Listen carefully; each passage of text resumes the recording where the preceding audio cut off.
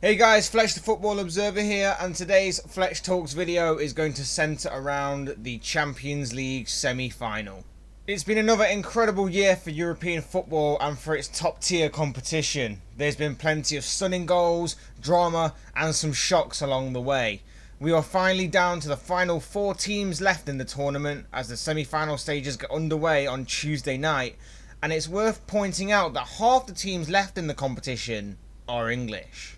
We begin on Tuesday night where Tottenham Hotspur host Ajax, two teams who were certainly not expected to make it this far in the competition, but credit to them both for defying the odds and doing so.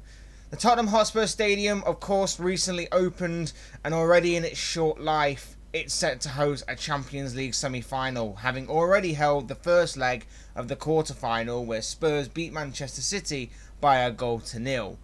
Tottenham did go on to lose in the second leg 4-3, but thanks to the away goal rule they managed to progress to this stage of the competition. Spurs had managed to get through a group that contained Inter Milan, PSV Eindhoven and Barcelona, albeit by the skin of their teeth, to help them get here, as well as progress past the round of 16 stage fairly comfortably by beating Borussia Dortmund. As for their opponents, Ajax, they're notorious for having a superb academy system that continuously produces some excellent young talent year in, year out. They've had an incredible journey to get here this year, after getting through a group stage that contained AEK Athens, Benfica and Bayern Munich. Ajax were drawn against 13-time holders and current holders for the past 3 years in a row, Real Madrid. But despite losing 2-1 in the first leg, Ajax came from behind to put on a stunning display at the Bernabeu to knock Madrid out of this competition by winning the second leg 4-1 and therefore 5-3 on aggregate. In the quarterfinals, Juventus were their opponents, where a 1-1 draw in the first leg set up an exciting second leg at the Allianz Stadium. And although many thought Cristiano Ronaldo and Juventus would be the ones to progress, Ajax defied the odds once again, beating Juventus 2-1 at their home ground, and in doing so booked themselves a place in the semi-final. The downside for Spurs is that there will be no Harry Kane or Heung-min Son for the first leg, as Kane is still recovering from injury and Son is suspended. It's a boost for Ajax as Son has been awesome for Spurs this season, scoring 12 goals and helping create 6 assists in 30 Premier League appearances. Whilst in the Champions League, he's appeared 10 times, scoring 4 and assisting once. He's been a bit of an unsung hero at Spurs this season, I think, by many pundits and for some fans alike. But his absence will certainly be a little boost to the Dutch side. The South Korean suspension leaves the door open for either Fernando Llorente to be brought back into the starting lineup for Mauricio Pochettino, or maybe he will decide to use the pace and speed of Lucas Moura to lead the line for Spurs. Whilst at the time of recording, Ajax have no concerns in regards to anyone missing out via suspension or injury. This game is between two teams that no one really expected to make it this far, especially when the quarter-final draw was made. Manchester City were expected to beat Tottenham, whilst Cristiano Ronaldo and Juventus were expected to see off Ajax. Tottenham perhaps go into this game as slight favourites to progress to the final, but Ajax will be fearless, and it sets up a really exciting tie ahead.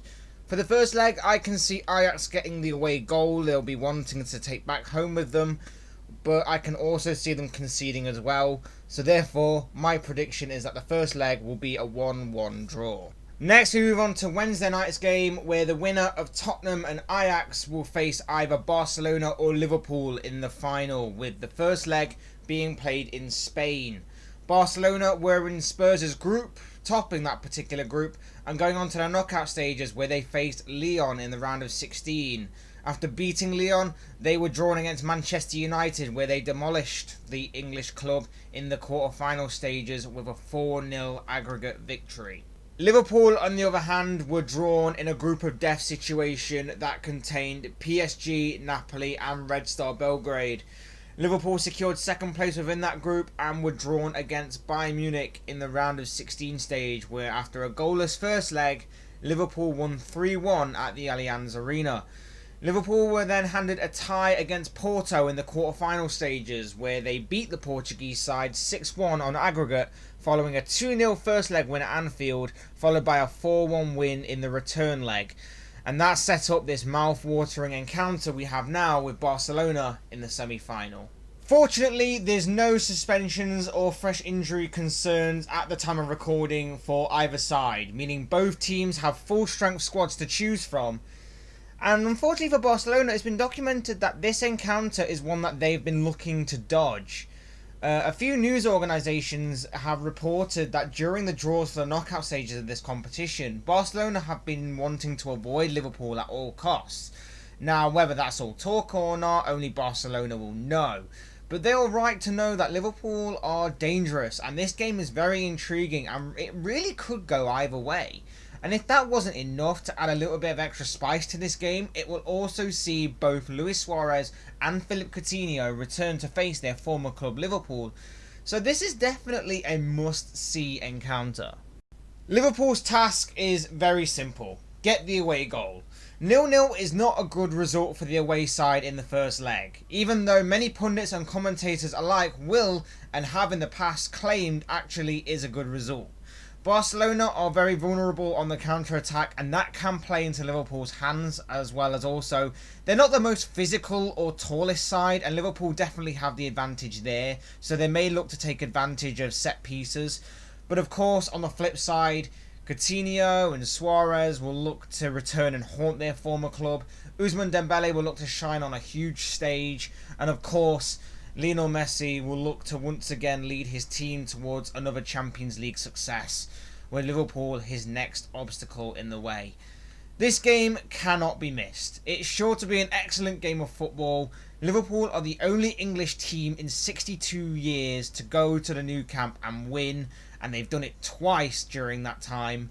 The first in 1976 and the second was in 2007, the year they came runners-up to AC Milan. Will history repeat itself for a third time? My prediction for this game is either a 1-1 draw or a 2-1 Liverpool win. I honestly do think that the Reds can pull off a victory here through the advantages I stated earlier, but I can also see them being happy to just get the away goal and take it back to Anfield with them. But in saying that, I can certainly see Barcelona scoring. But that's just one man's analysis, that's just one man's opinion and one man's prediction on these two games. I'm interested to know what you guys think. Who do you think will win the first leg in both fixtures? Who will progress to the final? Who will be the star of the show? And slightly more importantly, who do you think will win the Champions League in 2019? I'd love to read your thoughts, predictions and opinions down below in the comments section. Don't forget to hit that like button, guys, on the way out if you enjoyed the video. Don't forget to subscribe if you're new, or subscribe if you want to see more content like this on the channel. Both things will be greatly appreciated. Otherwise, guys, thank you all for watching. Thank you all for listening. I've been Fletch, the Football Observer. This has been another Fletch Talks video, and I'll see and speak with you all again soon in another video.